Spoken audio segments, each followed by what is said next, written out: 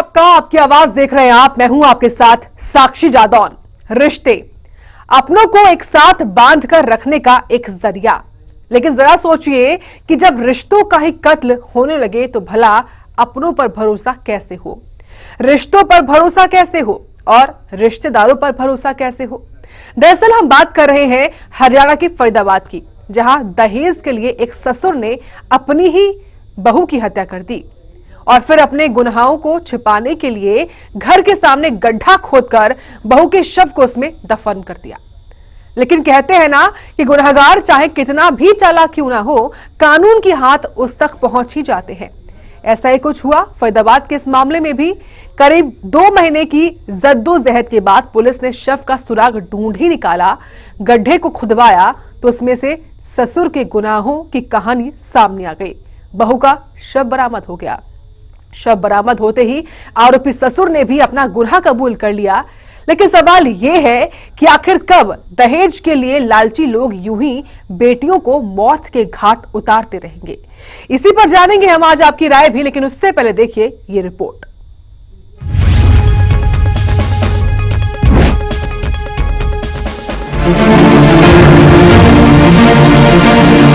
फरीदाबाद की इस murder mystery की शुरुआत होती है फरीदाबाद की एक आम सी दिखने वाली पल्ला गली से। यहाँ यूपी के शिकोहाबाद से तनु नाम की एक महिला 2 साल पहले अरुण नाम के एक युवक से शादी करके आई थी, लेकिन शादी के कुछ ही महीने बाद ससुराल वालों ने उसे दहेज के लिए परेशान करना शुरू कर दिया। कभी सोना चाहिए तो कभी कैश चाहिए। जब मन मुताबिक चीजें नहीं मिली तो उसे मानसिक और शारीरिक रूप से परेशान किया गया। तनु को बार बार कहा गया कि पापा से कहो कुछ भेजे, नहीं तो अंजाम ठीक नहीं होगा। वो सहती रही और चुप रही, क्योंकि बेटियों को यही सिखाया गया है कि ससुराल में निभाना है। लेकिन अचानक एक दिन तनु गायब हो जाती है। परिवार वालों को बताया जाता है कि वो मानसिक रूप से बीमार थी, भाग गई। लेकिन तनु के पिता को इस बात पर यकीन नहीं हुआ। 2 महीने तक उसका पता नहीं चला। इसके बाद उन्होंने नवीन नगर चौकी में पुलिस को सूचना दी, लेकिन पुलिस ने कोई कार्रवाई नहीं की। इसके बाद वो लगातार पुलिस से गुहार लगाते रहे, लेकिन कोई कार्रवाई नहीं हुई। एक दिन तनु के पिता को एक गड्ढे को लेकर शक हुआ था। तब उन्होंने भी पुलिस से शिकायत की थी, लेकिन कोई कार्रवाई नहीं हुई। लेकिन वो कहावत आपने सुनी होगी कि सच कभी नहीं छिपता। तो बस एक दिन कहानी बदल गई और एक गड्ढा नजरों आ ही गया। अब बीती रात पुलिस ने तनु के परिजनों को सूचना देकर कहा कि आप लोग जल्दी फरीदाबाद आओ। फिर क्या, तनु की लाश ससुराल में घर के बाहर उसी गड्ढे में मिली, जो पानी की निकासी को बोलकर खुदवाया गया था। तस्वीरों में दिखाई दे रहा ये वही गड्ढा है जिसमें तनु नाम की महिला की हत्या करने के बाद उसे दफना दिया गया था। ये मंजर बेहद शर्मनाक और दिल दहला देने वाला है। सोचिए क्या बीती होगी इस पिता पर, जिसे उसकी नाजों से पाली हुई बेटी इस हालत में मिली। पुलिस ने जेसीबी की मदद से खोदे गए 10 फीट गहरे गड्ढे से तनु की बॉडी को बाहर निकाला। पुलिस ने शव को फॉरेंसिक लैब भेज दिया है। इस मामले में राज्य पुलिस की डीसीपी सेंट्रल उषा कुंडू ने बताया कि करीब 1 सप्ताह पहले शिकायत मिल चुकी थी और कार्रवाई करते हुए आरोपी पति अरुण और सास ससुर समेत 4 के खिलाफ हत्या का मुकदमा दर्ज किया गया है। पुलिस का कहना है कि सिर्फ हत्या का कबूलनामा हुआ है, लेकिन हत्या की असल वजह और इसमें कौन कौन शामिल था, इसकी गहन जाँच जारी है। हमारे पास जो इतला आई वो 25/4/2023 को आई गुमशुदगी बारे उसके पति अरुण ने इतला दी कि मेरी पत्नी जो ऐसे से कहीं चली गई है। पुलिस ने अनुसंधान नहीं मिलाया। उसके बाद हमें कुछ टिप्स मिली और परिजनों की तरफ से कड़ाई से पूछताछ करने पर यह मामला सामने आया कि जो ससुर था भूप सिंह, इसने 21-22 की रात्रि को चुन्नी से गला घोटकर अपनी पुत्र वधू की हत्या कर दी है और नाश को खुद करने के लिए घर के सामने पिट खड्डा खोदकर उसको दफना दिया गया। तनु की मौत कोई अचानक हुई दुर्घटना नहीं, बल्कि एक योजनाबद्ध अपराध है। ये घटना एक बार फिर यह सवाल खड़ा करती है कि दहेज जैसी कुप्रथा आज भी हमारे समाज में कैसे जिंदा है। कब तक बहुएं चुपचाप मारती जाएंगी और फिर मिट्टी में दफना दी जाएंगी, और कब तक हमारी पुलिस और समाज घरेलू मामला कहकर आंखें मूंदता रहेगा। तनु अब इस दुनिया में नहीं है, लेकिन उसकी कहानी समाज को एक झटका देने वाली चेतावनी बन चुकी है। अब वक्त है कि हम सिर्फ खबरें ना पढ़ें बल्कि आवाज उठाएं ताकि अगली तनु जिंदा रह सके। यह सिर्फ एक घटना नहीं, यह एक आलोकित चेतावनी है जहां धन, दहेज की लालसा और घरेलू हिंसा ने एक निर्दोष जीवन को निगल लिया। ये घटना हरियाणा के दिल पर एक और गहरा घाव है और तनु के परिजनों को अब इंसाफ का इंतजार है। ब्यूरो रिपोर्ट, सूर्या समाचार। तो दहेज से जुड़ी इस मर्डर मिस्ट्री में आज कई सवाल खड़े होते हैं। सवाल पहला ये कि दहेज के लिए कब तक बेटियों की कुर्बानी दी जाएगी। ये सूर्य समाचार के वो महत्वपूर्ण सवाल है जो आज हम उठा रहे हैं कि दहेज के लिए कब तक बेटियों की कुर्बानी दी जाएगी। सवाल ये कि अपने ही बन रहे अपनों के कातिल कैसे करें अपनों पर विश्वास, ये महत्वपूर्ण है। 2 महीने से क्या जांच कर रही थी पुलिस, क्या जांच पुलिस की ओर से चल रही थी इन 2 महीनों में, ये भी महत्वपूर्ण सवाल और सवालों के घेरे में भी आता है। सवाल ये भी कि आखिर कैसे दहेज के लिए लालची परिवारों की पहचान हो ताकि हर बेटी पहले से ही बच जाए। सवाल ये भी कि क्या दहेज के लिए प्रताड़ित करने वालों को अब कानून का भय नहीं रहा, जो वो ऐसे घटनाओं को अंजाम देते हैं, ऐसी वारदातों को अंजाम देते हैं जिनको सुनकर ही दिल कांप उठता है। तो ये वो महत्वपूर्ण सवाल है जो आज हम उठा रहे हैं और इसी मुद्दे पर आज हम आपसे राय भी जानेंगे। तनु राजपूत, जिसकी उम्र महज 25 साल थी, लगभग 2 साल पहले उसकी शादी हुई थी 2023 में और शादी के बाद से ही उसको लगातार परेशान किया जा रहा था दहेज को लेकर।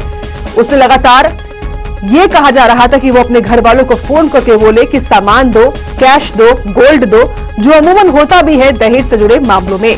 और वहीं 2 महीने पहले इस वारदात को अंजाम दिया जाता है और किसी और के द्वारा नहीं बल्कि उसके ही पिता समान ससुर के द्वारा। इसमें उसका पूरा परिवार भी शामिल होगा और अपने ही घर के सामने, ये जो तस्वीर आपके सामने है, अपने ही मकान के ठीक सामने 10 फीट गहरा गड्ढा खुदवाकर अपनी ही बहू की लाश को यहाँ पर दबा दिया जाता है, जिसकी कानों कान खबर किसी को नहीं पड़ती है। और जब इस तनु की परिवार वाले उसको ढूंढने के लिए आते हैं तो इसी तनु के ससुराल वाले झूठी कहानी बताकर कि तनु मानसिक रूप से परेशान हो गई थी या यूं कहे कि वो मानसिक रूप से अपना आपा खो गई थी और वो यहां से गायब हो गई है। इसके बाद परिवार ने ढूंढा और तब जाकर इसका सबूत मिला। इस मुद्दे पर अपनी राय रखने के लिए गुलिस्ता जुड़ गई हैं, नोएडा से हैं। गुलिस्ता, आपसे आपकी राय जानना चाहेंगे, क्या है आपकी राय? जी मैम, ये जो आप फरीदाबाद की खबर दिखा रहे हैं, बिल्कुल ही ये खबर सुन के तो मेरा दिल दहल गया है। बहुत ही शर्मनाक ये बात है, रिश्तों को शर्मसार करने वाली बात है। किस तरह से एक ससुर अपनी बहू को मारता है, पर बिल्कुल पूरी प्लानिंग के साथ। ये आप तस्वीरें जो दिखा रहे हैं, पूरा गड्ढा खोदता है और उसको दफना देता है। और प्लस मैं ये भी कहना चाहूंगी कि दहेज के खिलाफ कानून तो जरूर बना हुआ है, लेकिन बहुत जरूरी है मैम कि इस कानून को ज्यादा सख्त किया जाए, जिससे कि लोगों में भय का माहौल हो। क्योंकि ये सिर्फ एक मामला नहीं है, ऐसे कई सारे मामले सामने आते हैं जब दहेज के लिए इस तरह बेटियों को मार दिया जाता है, जला दिया जाता है। बहुत महत्वपूर्ण बात कही आपने गुलिस्ता, शुक्रिया आपका जुड़ने के लिए। कि दहेज से जुड़े कानून तो हैं, लेकिन इन कानूनों का डर शायद अब लोगों के मन में नहीं है, उनके जहन में नहीं है, और इसलिए बहुत जरूरी है कि इन कानूनों को सख्त किया जाए ताकि कोई भी व्यक्ति जो अपने बेटे के लिए शादी कर रहा है और बहू अपने घर में ला रहा है, वो खास तौर से इन कानूनों का भी खौफ जो है अपने जहन में रखे। अगर उसके जहन में भी कुछ ऐसी वारदात करने का आता है तो खास तौर से दहेज को लेकर, क्योंकि दहेज के जो लोभी हैं वो हर कोने में छिपे हुए हैं। हर मामले क्योंकि ऐसे सामने आते हैं, हालांकि कोई पहला मामला नहीं है, इस तरह के कई और भी मामले सदियों से सामने आ रहे हैं कि कैसे दहेज के लोभी अपने ही बेटी समान बहू की कुर्बानी जो है वो दे देते हैं, उसकी जान ले लेते हैं, या फिर इस तरीके से परेशान करते हैं कि वो बहू खुद ही अपनी जान दे देती है, आत्महत्या कर देती है। हालांकि फिलहाल इसी बीच एक और दर्शक जो है तुषार जुड़ गए हैं, उनका रुख करेंगे। तुषार, स्वागत है आपका। आपसे आपकी राय जानना चाहेंगे इस मुद्दे पर हम। शायद तब से तो मैं यही सोच रहा हूँ कि आखिर इतनी भी क्या लालच दहेज के लिए कि मतलब लोग रिश्तों का ही खून कर दे रहे हैं। जी, समझ नहीं आता ऐसी खबरों को देख करके कि आखिर इन लोगों के दिमाग में क्या चल रहा है, जबकि दहेज के लिए इतनी सख्त कानून है। सरकार बार बार लोगों को जागरूक कर रही है, बावजूद इनको ना तो कानून का डर है ना रिश्तों की मर्यादा है, सिर्फ और सिर्फ पैसों का लालच है। और पैसों के लालच के लिए किसी भी की बेटियों को, अपनी बहुओं को मौत के घाट उतार दे रहे हैं। तो ये जो प्रथा है, इस पे जो कानून है उसको और सख्त करने की जरूरत है। तभी ऐसे लालची लोगों का की ये जो जमात है उनको सबक सिखाया जाएगा। बिल्कुल, बहुत शुक्रिया तुषार अपनी राय रखने के लिए। तो सिर्फ और सिर्फ पैसों का लालच, और इसी पैसों के लालच के बल पर ये जो लोभी हैं, ये जो कुप्रथा लगातार चली आ रही है दहेज जैसी, ये लोभी ये भी नहीं सोचते कि वो उनके घर की बहू ही नहीं बल्कि उनके घर की बेटी समान भी है, और फिर भी उसकी वो हत्या या आत्महत्या करने को मजबूर कर देते हैं। एक और दर्शक जुड़ गए हैं, काजी मोहम्मद हमारे साथ है बुलंदशहर से। स्वागत है आपका, आपसे आपकी राय जानना चाहेंगे। देखिए, सबसे बड़ी बात यह है कि इस तरह की जो लोगों की जो मेंटलिटी होती है कि देखिए जब शादी वगैरह होती है, कोई जो एक बाप होता है वो अपनी बेटी के साथ साथ पूरी कोशिश करता है कि अपने बजट के मुताबिक कि वो अच्छा कर सके। लेकिन कुछ लोगों की मेंटलिटी होती है कि मतलब और ज्यादा पैसे वो डिमांड करते हैं। तो ऐसी स्थिति में वो जो बेटी करते हैं, मानसिक प्रताड़ना देते हैं। तो इस चक्कर में कई बार क्या होता है कि जो लड़की होती है वो सुसाइड कर लेती है। लेकिन यहाँ पर जो मामला आया है ये बहुत ही ज्यादा डराने वाला है कि जिस तरह से एक ससुर ने दहेज के लालच में एक लड़की का मतलब मर्डर कर दिया, तो कहीं ना कहीं काफी ज्यादा चिंता वाली बात है। तो यहाँ सबसे पहले बात प्रशासन की ये है कि प्रशासन को ऐसे लोगों के खिलाफ कड़ी से कड़ी कार्रवाई करनी चाहिए, क्योंकि इस तरह की अगर घटनाओं में प्रशासन कड़ी कार्रवाई करेगा तो जाहिर सी बात है कि मैसेज जाएगा और भविष्य में इस तरह की घटनाओं पर रोक लगेगी। बिल्कुल, काजी मोहम्मद इस्माइल, शुक्रिया आपका अपनी राय रखने के लिए। तो देखिए, ऐसे जो कातिल हैं, ऐसे जो आरोपी हैं, वो हर किसी के आसपास ही रहते हैं और सिर्फ पैसों के लालच में ये अपनी बहुओं का कत्ल करने से भी गुरेज नहीं करते। हमारे साथ एक और दर्शक जुड़ गए हैं, राजस्थान से शांति लाल हैं, स्वागत है आपका, आपसे आपकी राय जानना चाहेंगे हम। मैडम, जहाँ नारी का सम्मान नहीं होता है, नारी के ऊपर जुल्म और सितम होता है, वहाँ नारी के एक श्राप निकलता है। जैसे अभी ईरान में कुछ महिलाओं के ऊपर जुल्म हुआ, तो ईरान की अभी कंडीशन आप देख लीजिए महिलाओं की वजह से।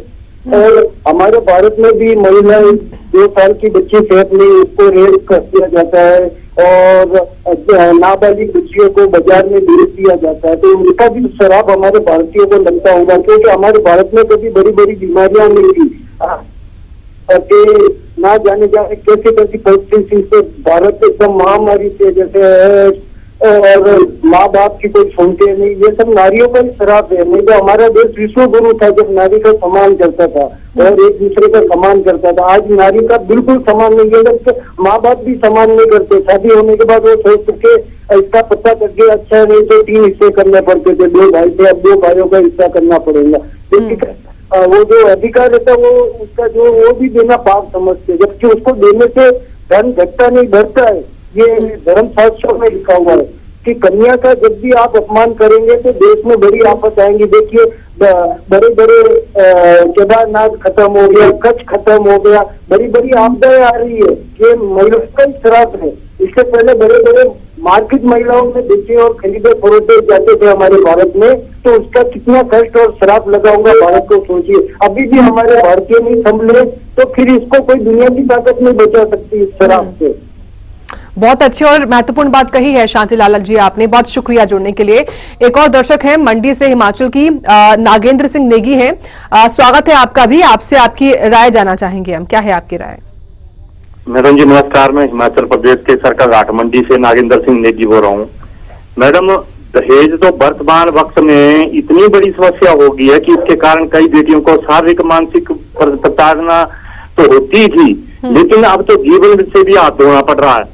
और हरियाणा जैसी स्टेट जहाँ पर बेटी बचाओ बेटी पढ़ाओ का अभियान शुरू किया था, उस हरियाणा में भी हालत जो है वो बद से बदतर होती चली है। चलो, ये हिमाचल के पहाड़ों की खुशकिस्मती है कि हमारे यहाँ पर दहेज को ना लेते हैं ना देते हैं, अगर देते भी हैं तो उपहार के स्वरूप देते हैं और उसमें कोई ज्यादा आपस में कोई तनातनी बड़ी बात नहीं होती। दहेज प्रथा हमारे भारतीय समाज में इस तरह से मतलब एक महामारी का रूप ले चुकी है मैडम जी, और ये कुप्रथा हमें अंतर्राष्ट्रीय स्तर पर भी बड़ा बदनाम कर रही है। देखिए गर्भ से लेकर के कब्र तक और कोख से लेकर के गोद तक आज जननी का अस्तित्व ही खतरे में है। और मैडम मैं ये जो हमारे यहाँ पर एक ट्रेंड है कि बेटियां जो है वो पराया धन है, पराया धन नहीं है, इस देश का मूल धन है। वो पड़ोसियों को भी इसके बारे में विसल ब्लोर बनना चाहिए। 65% युवा भारत शिक्षित जरूर है लेकिन सुशिक्षित नहीं है। और आज भी वही औरत तेरी वही कहानी है, आंचल में दूध और आंखों में पानी है। तो इस तरह से जो है वो हमें चाहिए कि हमें मिलजुल करके इसका कोई स्थायी समाधान करना चाहिए। सिर्फ कानून जो है वो अकेला कुछ नहीं कर पाएगा जी, क्योंकि मैडम जी औरत ने जन्म दिया मर्दों को, मर्दों ने बाजार दिया, जब जी चाहा मसला पुतला, जब जी चाहा दुष्कार दिया। और इस तरह से मर्डर करना जो है कभी इसकी फांसी की सजा होनी चाहिए और ऐसी नजीर पेश की जानी चाहिए जो कि आने वाले दूसरे लोगों के लिए भी एक मिसाल पेश हो जाए। अन्यथा एनसीआर और ये जो दिल्ली के आसपास की स्टेट्स में अगर ये हाल है तो आप सोचिए कि दूर दराज के क्षेत्रों में क्या हाल होगा। जय हिंद। बिल्कुल, बहुत शुक्रिया नागेंद्र जी अपनी बात रखने के लिए। तो फांसी की सजा की मांग अब जो दर्शक है वो कर रहे हैं इस मामले में कि जो आरोपी ससुर है और लाजमी है कि मिली भगत पूरे परिवार की भी होगी, तो फांसी की सजा इस मामले में हो ताकि जो मामला है ये एक उदाहरण बनकर आए, एक नजीर पेश करे। ऐसे मामलों में जो भी लोग भी इस तरह की सोच रखते हैं, ऐसा करने की सोचते हैं, उनके लिए ये मामला एक उदाहरण बनकर आए ताकि वो भी 100 बार सोचे कुछ ऐसा करने से पहले। राजेश भटनागर जुड़ गए हैं, उज्जैन से हैं। राजेश जी स्वागत है आपका, क्या है आपकी राय? मेरी राय सुशल जो है उनको तो फांसी देना चाहिए जी। हाँ हेलो, आपकी आवाज आ रही है, अपनी बात पूरी करिए। हाँ मेरा तो ये कहना है कि शादी से पहले ये ऐसे ससुरों को बातचीत कर लेना चाहिए कि आप दहेज देंगे या नहीं देंगे। और दूसरी बात यह है कि ससुर जो है जाहिर ससुर कहलाते हैं, इनको तो फांसी दे देना चाहिए और इनको ऐसी सख्त सजा देना चाहिए ताकि दूसरे जो ससुर हैं बनने वाले हैं उनको नसीहत मिले कि हमको ऐसी बहुओं को जो है परेशान करते हैं ये। और जी इनको सख्त से सजा मिलनी चाहिए ताकि दूसरों को नसीहत मिले कि कम से कम ऐसे कृत्य न करें वो। ठीक है, शुक्रिया राजेश जी अपनी बात रखने के लिए, अपनी राय रखने के लिए। तो लगातार जो लोग हैं वो जोड़ जोड़ के सख्त से सख्त सजा और फांसी तक की सजा की मांग कर रहे हैं। साथ ही एक बड़ा सवाल ये कि जब आरोपी ससुर ऐसा कर रहा था तो आसपास के जो लोग हैं, जो पड़ोसी हैं, क्या उन्होंने कभी इस बात पर ध्यान नहीं दिया कि अगर घर के ठीक बाहर ऐसा गड्ढा खोदा जा रहा है तो उसका मकसद क्या है? और घर की बहू अगर 2 महीने से गायब है तो पड़ोसी को भी इतना जिम्मेदार बनना चाहिए, जिम्मेदार नागरिक के तौर पर इसमें भी अपनी जो तरीके से सहभागिता है वो दिखानी चाहिए कि अगर ये सब कुछ आपके आस पड़ोस में हो रहा है तो आपको भी इसको लेकर पुलिस को इन्फॉर्म करना चाहिए था। इसमें जिम्मेदारी पूरे समाज की होती है और क्योंकि ये जो पूरा मामला है वो आज हर किसी को परेशान कर रहा है। दिल दहल जाता है ऐसे मामलों को देखने सुनने के बाद, जब अपने ही परिवार के लोग ऐसी वारदात करने को उतारू हो जाते हैं। क्योंकि हर किसी के लिए बड़ा सवाल ये कि ऐसे लालची परिवारों की पहचान कैसे की जाए, क्योंकि हर ऐसे लोग आपके आसपास ही होते हैं लेकिन क्योंकि इनमें कानून का भय नहीं होता और यही वजह कि वो अपने घर में बेटी समान बहू की कुर्बानी तक दे देते हैं केवल और केवल पैसों के लालच में, केवल और केवल दहेज के लालच में। तो फिलहाल ये जो मामला है वो फरीदाबाद के पल्ला नगर इलाके का है, जहां पर एक बहू की जान ले ली जाती है सिर्फ और सिर्फ दहेज के चलते। और 2 महीने से जो उसका परिवार है वो अपनी बेटी को ढूंढ रहा था, गुहार भी लगा रहा था कि उसकी बेटी कहां पर है, उसके बारे में बताया जाए, लेकिन परिवार ने कुछ नहीं बताया। उसके बाद खुद इस मृतका के पिता ने खुद सुराग ढूंढा और इस पुलिस को इस बारे में बताया। ऋषभ जुड़ गए हैं। ऋषभ स्वागत है आपका, आपसे आपकी राय जानना चाहेंगे हम, क्या है आपकी राय? मैं ये कहना चाहता हूँ दहेज लेना पाप है, लेकिन समाज में अभी भी दहेज का प्रचलन है। लेकिन कहीं ना कहीं दोनों तरफ से दहेज चलता है। एक तरफ लड़कियों की तरफ से मांग रहती है कि दहेज में मतलब कि लड़कियों की तरफ से क्या दिया जाए, गहने में हार चाहिए, कंगन चाहिए। लड़का नौकरी वाला होना चाहिए, ये सारी चीजें, उनकी भी लाखों की सैलरी होनी चाहिए, अच्छे मकान होना चाहिए, ये भी तो मांग रखी जाती है। फिर लड़के की तरफ से ही गलती नहीं होती, दोनों तरफ से होना चाहिए ना। अगर दहेज देना पाप है, दोनों तरफ से ना लिया जाए। ऋषभ, धन्यवाद जोड़ने के लिए आपका। तो देखिए, लोग अपनी अपनी बात रख रहे हैं और तमाम तरह की ऐसी कुप्रथाएं हैं जो कि अलग अलग तरीके से चलती है समाज में। दहेज को लेकर हर किसी की अपनी अपनी परिभाषा है और उसी परिभाषा को हर कोई बताता भी है कि कैसे जो दहेज है वो दोनों परिवार इसको लेकर अपनी अपनी परिभाषा अपने हिसाब से, अपने सामर्थ्य के हिसाब से तय कर देते हैं। फिलहाल ये मामला, फिलहाल पुलिस जो है आरोपी ससुर को गिरफ्तार कर लिया गया है, मामले में कार्रवाई कर रही है। और क्योंकि परिवार की ओर से लड़की के ये अपील है कि सख्त से सख्त कार्रवाई इसमें की जाए और लोग तो फांसी तक की सजा की मांग करें, ताकि ये जो मामला है वो एक नजीर बनकर सामने आए देश के सामने कि दहेज के लिए कब तक ऐसे ही बेटियों की कुर्बानी दी जाएगी। क्योंकि अगर ये मामला फरीदाबाद में हुआ, जो कि दिल्ली राजधानी के बिल्कुल निकट है, तो सोचिए जो ग्रामीण इलाके हैं वहां पर तो दहेज देना लेना काफी आम बात है। वहां पर तो ऐसे कई मामले होते होंगे जो कि दब भी जाते हैं। लेकिन अगर फरीदाबाद में एनसीआर से ऐसा कोई मामला सामने आए तो निश्चित तौर पर इस मामले में कठोर से कठोर कार्रवाई हो। और इसी पर हम लगातार आप लोगों से, आम जनता से जुड़कर उनकी राय भी जान रहे हैं कि फरीदाबाद में हुई इस मर्डर मिस्ट्री में आपका क्या कहना है। जो इस परिवार के साथ हुआ, ऐसा आगे किसी और के साथ ना हो, उसके लिए लोग क्या सोचते हैं, प्रशासन पुलिस को क्या करना चाहिए मिलकर। हालांकि सरकार की ओर से कानून तो है दहेज को लेकर, दहेज लेना, मांगना, सोचना सब अपराध तो है, लेकिन इसको अमली जामा असल रूप में ग्राउंड जीरो पर कैसे पहचाना, अब कैसे इसको पहनाया जाए और कैसे जो ऐसे लोग हैं उनके मन में खौफ कानून को लेकर रहे, ताकि वो भी ऐसा करने से पहले 1000 बार सोचे जरूर। तो रिश्तों का एक तरीके से ये कत्ल हुआ है। अपने पिता समान मानने वाली इस बहू ने सोचा भी नहीं होगा कि उसका ही ससुर उसकी जान ले लेगा।